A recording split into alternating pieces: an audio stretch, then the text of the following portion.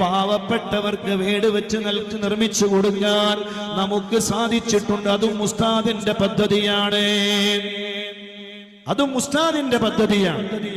313 വീട് നിർമ്മിക്കണമെന്നത് ഉസ്താദിന്റെ ആഗ്രഹമാണ്. ആ ആഗ്രഹത്തിന്റെ കൂടെ മദനിയം കുടുംബം നിന്നു.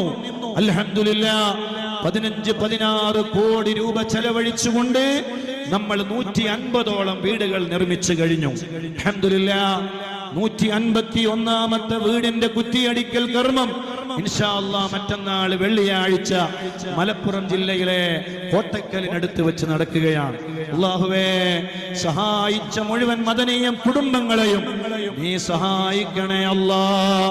മദനിയം കുടുംബങ്ങളെ ലോകത്തിന്റെ നാനാദിക്കുകളിൽ നിന്ന് ഈ മദനീയ പരിപാടി വീക്ഷിച്ചു കൊണ്ടിരിക്കുന്ന ഓ നല്ലവരായ മദനീയം കുടുംബങ്ങളെ, ലോകത്തുള്ള മുഴുവൻ മുസ്ലിമീങ്ങൾക്കും മുഴുവൻ ഇന്ത്യക്കാർക്കും പ്രത്യേകിച്ച് മുഴുവൻ കേരളക്കാർക്കും അഭിമാനമായി മാറിയ ശൈഖുനാ സുൽത്താനുൽ ഉലമ കാന്തപുരം ഉസ്താദ്, ആ ഉസ്താദിന്റെ കൂടെ നമുക്ക് നിൽക്കാൻ കഴിഞ്ഞുവല്ലോ, നമുക്ക് സഹായിക്കാൻ കഴിഞ്ഞല്ലോ, നമുക്ക് അതിനു വേണ്ടി അതേ ഒരുമിച്ച് കൂടാൻ കഴിഞ്ഞല്ലോ. അല്ലാഹു നമുക്ക് തൗഫീഖ് ഇനിയും വർദ്ധിപ്പിക്കട്ടെ. ലോക മുസ്ലിമീങ്ങൾക്ക് അഭിമാനമാണ് ശൈഖുനാ സുൽത്താനുൽ ഉലമ. അല്ലാഹുവേ, ദീർഘ ആയുസ് കൊടുക്കണേ അല്ലാഹ്, ആഫിയത്ത് കൊടുക്കണേ അല്ലാഹ്, ആരോഗ്യം നൽകണേ അല്ലാഹ്.